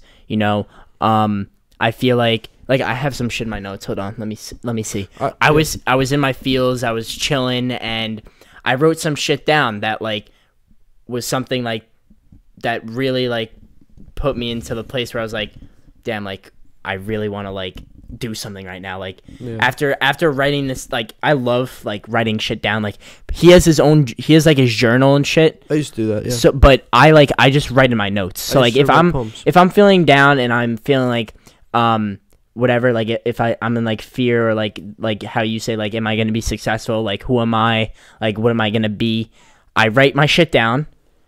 I sit there for a moment. I meditate for like a second, like 5-10 minutes. I don't even put on a timer. I just sit there and I kind of just think of like nothing, and I just like sit there and just chill. And then like I get a ball of energy, and then I just fucking do something to like kind of like distract myself in a way. So like, here's a couple of things I wrote in my thing while I was just sitting. Like, on my TikTok, I posted this. I can't keep thinking to myself how crazy it is to live in this world we live in. Every day I sit there like, who am I going to be, and how am I going to impact this place we call Earth? I wrote that down. I wrote down, I'm a blank slate with a mind thinking about my potential in this world with no path. I wrote down, how could I be so loved but so lost? Mm-hmm. I wrote down like obviously everybody thinks this. What's my purpose, right? Like who am I? Why am I here? Like what am I gonna do? The sad What am I thing gonna about become? the sad thing about the things you just said is some people will think that's cringy or too much. Yeah. And to us, it's just like completely natural to be thinking overly of those types of things. Those are things that other people, or I think other people, just push away because they don't want to face them. Yeah. And most people will never face those types of questions, those type of just Yeah. thoughts. They'll never get it on paper. It'll Yeah. just be washed up and lost in their brain forever. Yeah, and I wrote like, how could I be so happy but still feel so lonely, right? Mhm. Like you can feel as amazing as you possibly can, but then realize we're like walking on this earth like Exactly. alone kind of, but like obviously like there's everyone around, there's like people all around you, you know, but like in this world, like you have to work for yourself and become something yourself. Obviously you'll have people who can support you along the way, but it's you basically, you know, like how could you be so loved but feel like you're not your full like potential, you know? Mm-hmm. And I also, this is the last one. I said, I'm a dreamer. Is that a good thing? So like, I like to dream about like what I want to become, and like I have to do it. You know. What do you want to become? I want to become someone who people can say, wow, that like I kind of like look up to this guy. Mm-hmm. And I want to be that guy who like I want to be on a TED Talk one day. I want to be able to talk to people and like inspire people and like just be that guy that just like I want to just, I don't know, I just love like helping people. It just, I don't know, it just makes me happy, you know? So that's something that I want to do when I'm older. So like psychology, for instance, like I'm going to be majoring that in college. Oh, really? And I'm doing that because it's something I can make a good salary on. And if I have a degree like that, like a master's or like a doctorate degree, I can use it for so many different things. To be brutally honest, I'm going into the field of, well, as of right now, I'm majoring inside of business. That's not what I'm going to finalize. That's not what I think I'm going to finish college off on. Yeah. Obviously, I'm scared of college and some of the work that's required, like some of the math classes. We'll cross that bridge when it comes, but I want to do and follow in the steps of my father, which is going to be something computer science, computer information, information technology related. Yeah. Am I passionate about that? No. Does it make me a lot of money? Yeah. So I want to do something that I'm passionate about and will make me a good salary.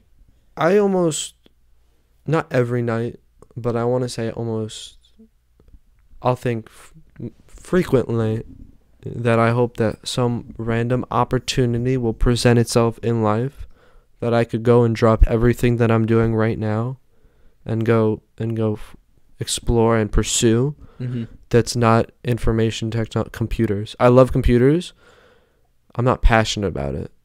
I like computers. They're interesting. They fascinate me. I don't mind looking into them, but I'm not passionate about them. It's not something I could do forever just for the fun of it. Just like some people love math and they could just do it forever. Yeah. Computer science is interesting. It's hard. It's not something I love. I love playing soccer. I love playing soccer. That's something I could have done every single day nonstop. But well, once you do something for a long time, it's gonna get a little dull after a while, you know. Yeah. And that's with anything. But I'd want to do something that like I've like been my whole life, kind of, in a sense. Like I've been like feeling like this urge to just help people my whole life. So I just feel like that's my goal. That's like calling. That's my calling. Like that's where like I don't know. I don't know. It just sparks my. I agree. My energy. It's just I think where the thing that you're pursuing and where I'm pursuing separates is because, let's say you do get to that point where you're making TED Talks. I don't think you could ever be in. I think looking at it logically, you can't ever be in a situation where you're giving TED Talks and you have. The numbers don't matter, but you have thousands of people in a room gathered to listen to the inspiring things or whatever you have to explain. That's far, far, far different than sitting at a desk and saying to a group of 5, 10, 11, maybe you overview 100 people the exact same thing. All right, guys, we're going to be doing this project today. Let's evaluate the problems and come up with something. That's much different than being your own individual and teaching something that's not teachable by anyone else. It's like it's just making an impact, you know? Yeah, I feel like I'm not going to be able to obtain the same amount of impact that I would want to compared to you. I feel like you could obtain and have a large impact doing something like psychology and talking to other people and something like TED Talk. Like in English the other day, we watched a TED Talk about this kid who was like he was like a junior and he had like this rare disease. Do you know what it was, Brad? What was the disease? But he's always wanted to help people, and he doesn't really think about his disease like as like something like of anything. Like he just overcame it, right? And he's always wanted to be in like a marching band or whatever, right? And he finally did it. Like he was able to do it, right? And he was very, very like good at talking it to people, and like the way he like expressed himself, and just like like you can like he had like I don't know, I can't remember what it was the disease was called, but like I think it was progeria or something like that. Yeah, so like he's like small, skinny, like 60 pounds. Indian. What? Was he an Indian? No. I thought I saw it. And he had like a crazy disability, but like he didn't even think about it through his journey, and he had so many amazing things to say and amazing quotes, and he just lived his life to like the full potential. And like the impact he made like on someone like me who's like interested in that, like it was like I almost like cried. Who do you look up to? It was so okay, so like for me, for instance, I don't really look up to anybody, really. I don't have that one person that I could say, oh, I look up to him. Because in reality, they're like everybody else. Like when people tell me like about like obviously like I'm not under a rock, like I know like famous people and whatever. Yeah. Right? But when people say like they're my hero, they're my this, they're my that, or like people watch sports, right? And they pursue their whole lives towards that one person. Like for instance, like someone say for instance, this kid watches basketball all the time, and he says, my hero is LeBron James, and he has like 20 shirts of him, like he loves LeBron, he has posters all over and whatever. He looks up to him, right? I don't understand it at all. For me, like it's like they're just a regular person in like I know he worked hard to be in the NBA, but in reality he's just like everybody else. So I don't look up to anybody. I respect people for what they do. I don't look up to them as my hero or like my Lord and Savior or anything like that. I respect what they're doing and I appreciate what they do, but I don't like bow down to them in a sense. Brad, do you look up to people? Like, is it the same? What I'm trying to like get at is it the same kind of viewpoint that when you look at someone like Logan Paul for an existence, he's got a very successful podcast. Like, is that someone I want to be in the same situation financially, like the same kind of position? Is that something that you That's crave? Something that I would like to obtain and achieve, but like I respect him. I think he's grown as a person. Like he used to be very immature and whatever, and now he's making shitloads of money doing what he dreamed of and loved, and I respect it. You know? Yeah. Like he's like I could say like he's one of my favorite YouTubers, but he's not someone that like I look up to. Like I look up to him like in respect, not that like he's like the best person in the world. Okay. You know? All right. I don't have anyone in particular, but like when I look at, there's a guy named Chris Williamson that like has a podcast, and I think he's very intelligent guy, and he's growing his podcast and has amazing guests on, and he asks really good questions, and he's really good at what he does. Mm-hmm. So I look at him and I say, okay, it would be really cool if I can develop that in myself to become that type of interviewer, to be able to have a conversation like that and stuff. So I look up to him in that sense. But there's not like one person specifically, you know. I mean, I'm really into spirituality and stuff, so there's like different like spiritual teachers or people from different like religions or whatever that I'll look up to and be like, oh, they have really good points about this. Mm-hmm. I like their philosophy. But I mean, I kind of look at people who I can relate to in a little bit of a sense and look at their success, and I say to myself, hopefully I can get there one day. And I kind of take different beliefs from different people and then kind of formulate my own beliefs on their beliefs, if that makes sense. Mm-hmm. And I'm not a religious person. I call myself spiritual, but it doesn't really need a label. But what I say about that is like, I'll study a bunch of different religions and a bunch of different people from those religions, and I'll take all that together, and I'll be like, all right, what can I take away from this, and how can I make this influence my personality and my belief system without essentially becoming them and committing to that religion. I think it's, I hope at least that I don't become someone else. My goal isn't to mimic someone else, to become my own person. The problem where that's upsetting is there's a lot of instances where by not mimicking and being yourself, you might not grow to the same amount that someone else might. If your goal is to be an influencer and, you know, have a podcast with millions of people, and you be your own person, and not everyone's going to like that. So I feel like not only is there so much luck involved, there's so much moving variables. At the end of the day, it might not just be cut out for you, and you're just going to have to deal with that sometimes, and that's upsetting. So it is what it is, though. And, I mean, I think, and then on the aspect of everyone has like a dream that they want to do, but a lot of people just settle for a different job and don't pursue that path, or they pursue it and it doesn't work out. And, you know, I'm always going to try to get to whatever I deem successful, whatever success means to me, and I encourage it in everyone else. Will you ever settle? No. You're never going to settle? But we'll talk about it in a second. But yeah. I'm always going to encourage people to follow their dreams and stuff, but in reality, not all of us are going to make it. It's just the way it is. Like, if there's 1,000 people watching this podcast and every single one of them is like, yeah, I want to follow my dream, my passion, whatever. Some of you are going to make it, but the reality is not everyone is. To be brutally honest, even today, like during lunch class, lunch class, yeah. I tell my friend I'm sitting.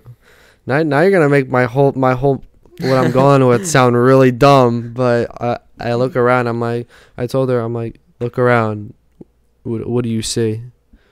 And she's like, yeah, I just see a bunch of people. I'm like, yeah, and I think 95% of these people are gonna be absolutely nothing. Absolutely nothing, because there's gonna have to be people to fill into the job of absolutely nothing. And obviously, absolutely nothing could mean a lot of different things, but to me it means not being at a certain point with financially what you want, and emotionally like who you want to be with, and like your job, occupation. Yeah. A lot of those people are not going to be and get to that point that you want to be at right now, and including myself. And that's something I fear every day. And I mean, some people are okay with being in the 9-to-5 job and having whatever, and you know, that's fine. Yeah. But for the dreamers out there, you have to go for it. And yeah, I mean, I don't think, I'm thinking no matter what happens, I'm not gonna settle, whether it's relationship, a job, whatever it is. Because I mean, like, Do you fear that you won't be able to maintain it, never settling? Do you fear that maybe it'd be better just to settle, because if you keep not settling, eventually it's going to catch up to you, and it's not going to be doable, and it's going to hurt you? It might be in the back of my mind, but overall, I don't really think about it. Mm-hmm. I mean, you know, I think, like, I've been with, like, relationships, for example. I don't feel like I'll settle because I've been with a few girls or whatever, and then I'm like, okay, having this experience with them, I know what I do like in a girl, and I know what I don't like in a girl. And one of, like, the last girls I was, like, seriously talking to, things didn't work out, but there were so many traits in her and so many things about her that I loved and I thought was great, and I really liked those traits about her. So going forward, I'm not saying if a girl doesn't meet every single one of those traits, I'm not gonna give her a chance, nothing like that. But for certain basic things that I found, things that are basic, but like she lit up the room for that trait. Mm-hmm. If somebody doesn't do that, then I might not want to be with them, if you know what I'm saying. Yeah. So I thought she was a great person. She had her flaws, but like saying, looking back at another girl I've been with, I'm like, okay, I won't settle for that girl again. You know what I mean? Yeah. So it's a loaded idea.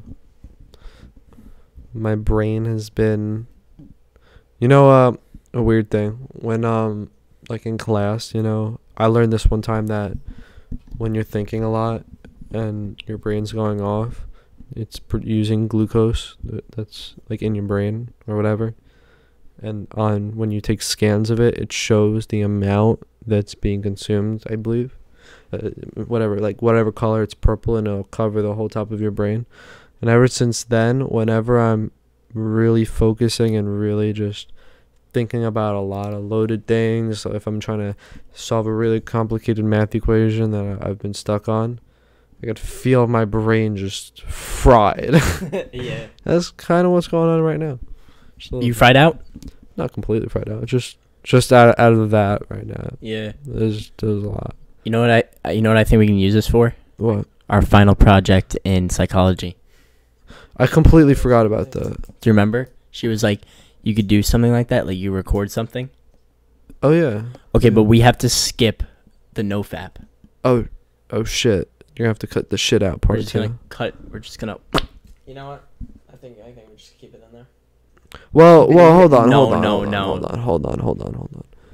We've hit a lot of good points, Ms. but Barra, I think we need to hit the part about sharding.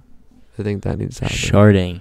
I think we need to talk about that because my friend over here told me a little story, and I have a story of my own. I don't know about Brad over here. Maybe he'll have something to say, but Do you want to go? No, you're the guest. damn shit. Okay. Well, I guess I'll get my story over with first, but my whole experience with sharding, if you don't know, I hope you guys do know what sharding is. It basically is when you go to fart and a little bit of shit comes out. Yeah, that happened to me once. To make a long, I'm actually gonna draw it out. So it was a pretty shitty day. I had work. I was working at ShopRite at the time. I'm like, I want to say 13 years old. This is my first ever job. Your first ever shart. First ever shart too. Besides when I was a baby. Oh. Yeah, I'm like 13. Like I have fully functional bowels. I'm potty trained.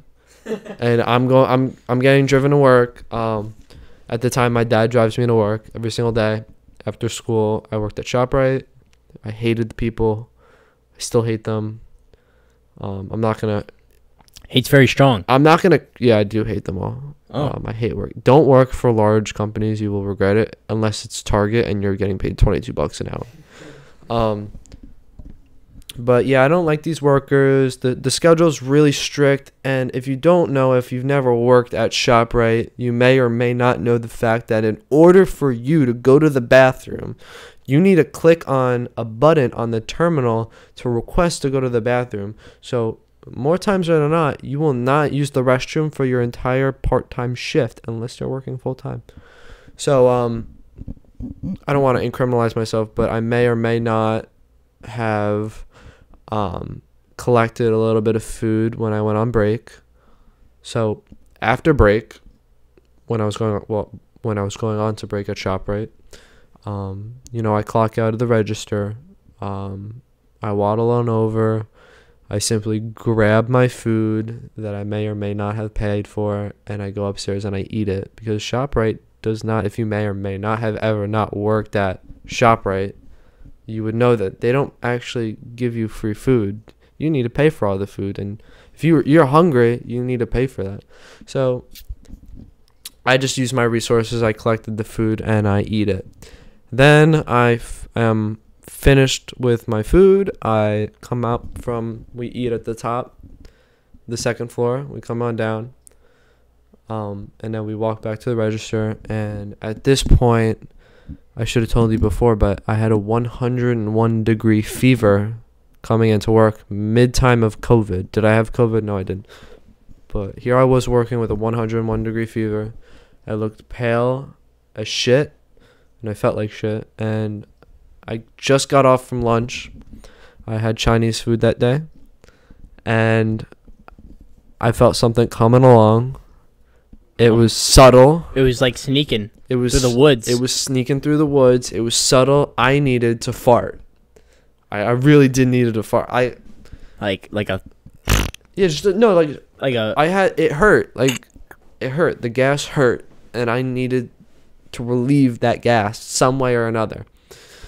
But I knew since I was sick and I just ate Chinese food, it was gonna be the gnarliest fart ever. Like it was like loud. No, it was gonna be like You ever just, like, silent but deadly. You ever try to like when you cover your farts? Yeah.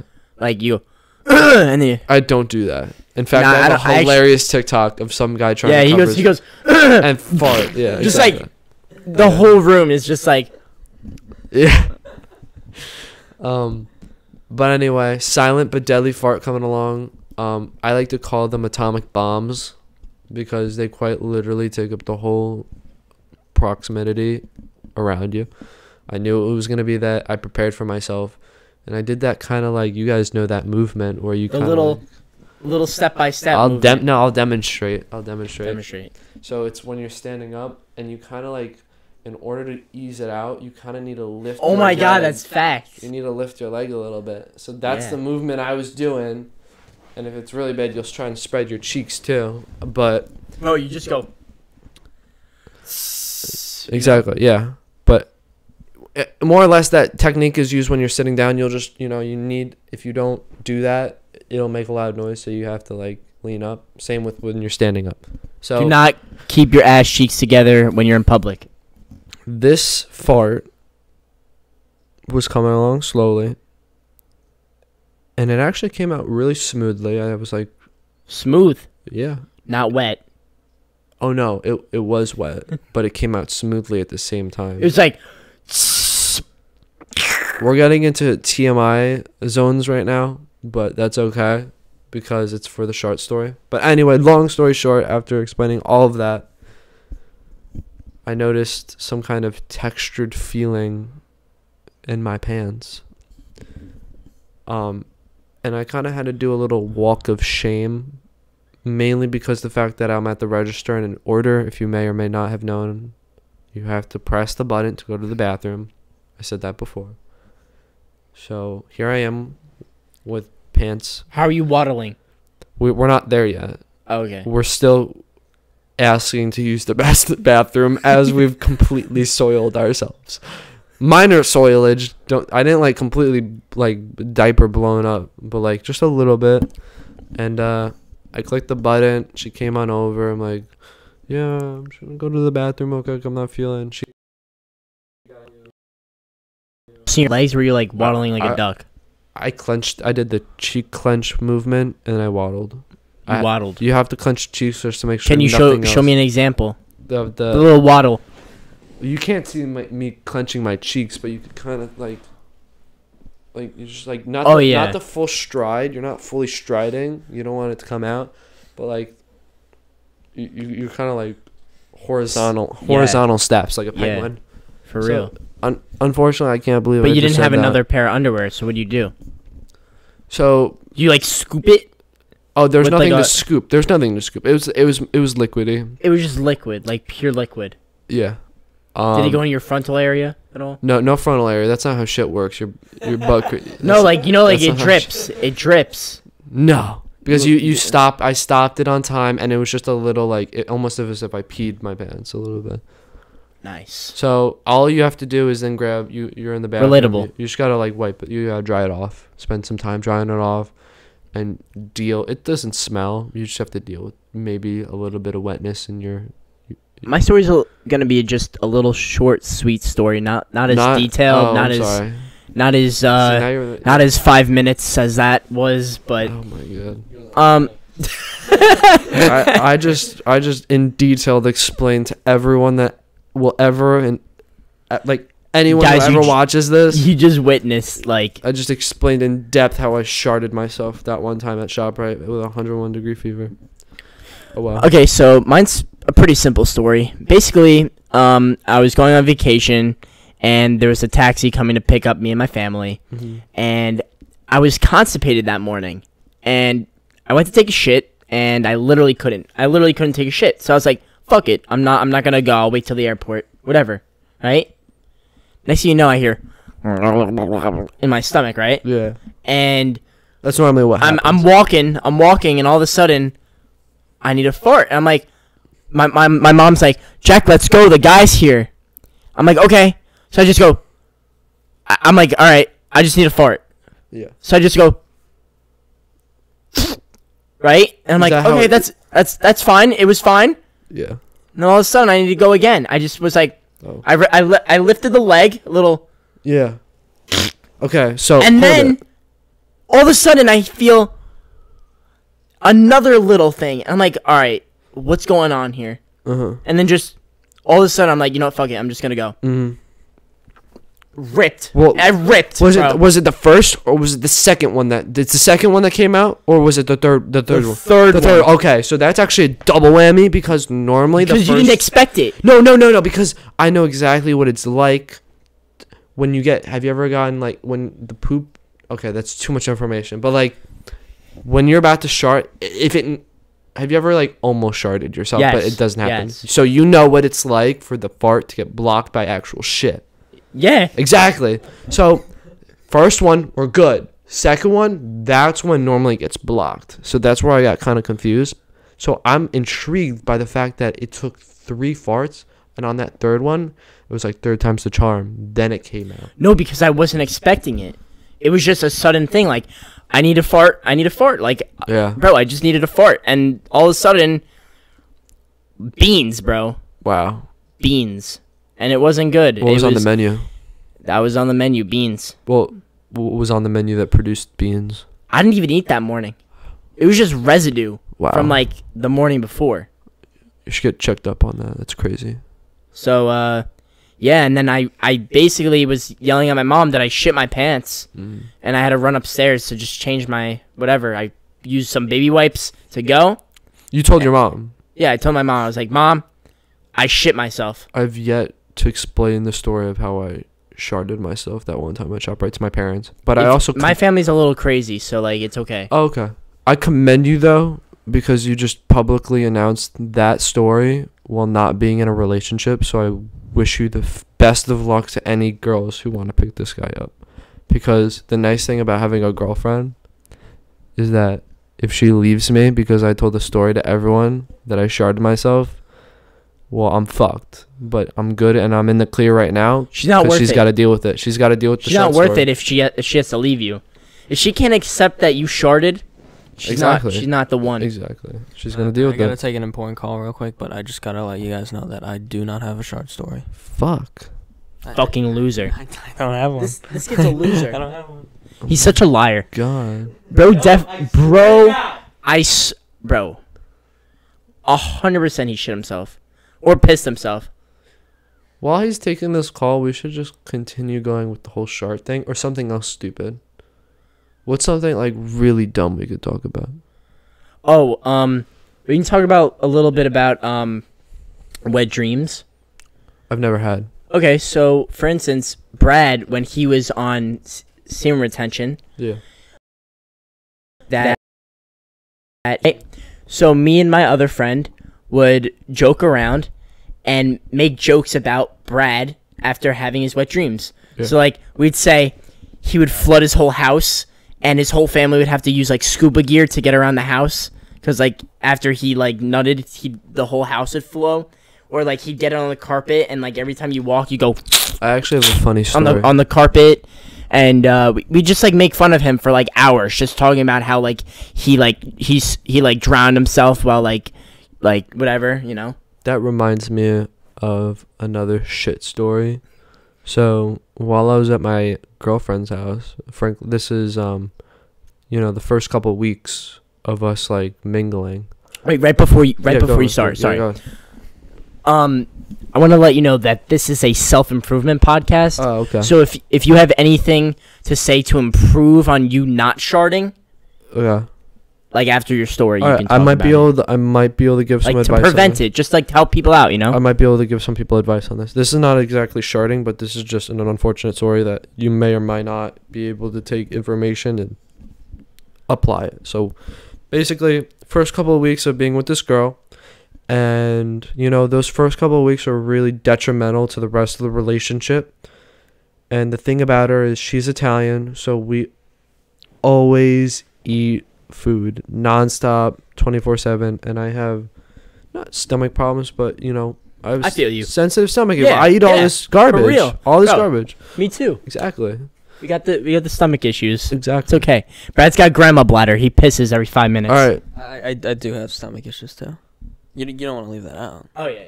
But anyway, I had to use the restroom after this big meal. I used the restroom. She could definitely hear every amount of gas that like just the like all the noises, everything. She's right outside the door. There's no way she doesn't hear it. I'm embarrassed. Then I go to do the flush of shame, and that shit does not go down. But it flood. Not floods. It doesn't flood, but it don't go all the way down. So now I'm like, I need to go out. I've been with this girl for maybe a week, 2 weeks. I'm just getting to know her family really well. I need to walk out of that door.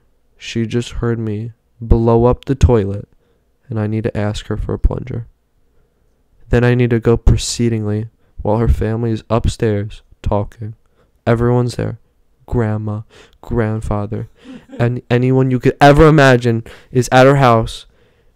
And I need to repeatedly plunger the toilet for the next 25 minutes because that shit did not go away. And they had a whole plumbing issue. And it was not my fault at all. I mean, kind of. I flooded their whole bathroom downstairs in the basement. And it wasn't my fault. I swear to God. Because there wasn't too much toilet paper or anything. It was their whole plumbing system. It had something to do with the pipes. They told me. But I was just trying to hide the gnarly shit that I just took. You should have ate it. But no, I was thinking about scooping it out, like anything and everything imaginable. I was like flushing over and over again, plunging it, trying to get as much fresh water in it as possible. Got one of your ShopRite bags. I don't. You should have got one of your ShopRite bags, Yeah. right? Scooped it out, Ooh. right? But like, Tied it. like the water. Put it in the backyard. The And water. then blame it on the dog. The water, dude. Like there's no dog, and the water was like a different Blame it color. on the neighbor's dog or some shit. When you take a shit like that, it all becomes water. There's nothing to there's nothing to collect anymore. You're fucked. So my advice is,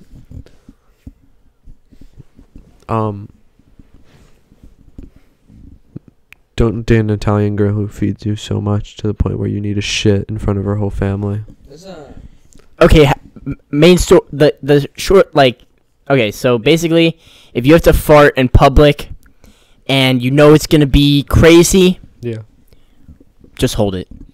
Yeah. And if you can't Just be a man. Hold it. If you can't hold it and you have a 101-degree fever and you Just hold it. Literally something's coming out of your body whether you want it or not, just say fuck Chris the manager at ShopRite and walk to the bathroom immediately. Well, honestly, anywhere I go, if I'm going on vacation or whatever, Yeah. no matter what, I have to bring 2 extra pairs of underwear. Just in case. I have to ask a question, and I don't want you guys to answer it. I just want to ask it. Do you guys still pee in the pool? All right, let's move off of that. Okay. You think we should wrap it up here after? Yeah, I think that was a great podcast, and I really enjoyed it because we had a lot of serious, good conversation, and then we also incorporated a lot of funny shit. No. This was all serious conversation. Most of it. No, all of it. All of it. And no funny business. No funny business. Mm-mm. So I really enjoyed it, and I'm happy that Christian was able to join us today. And we'll see you guys later. All right? Peace out. Thank you, bye. Peace out.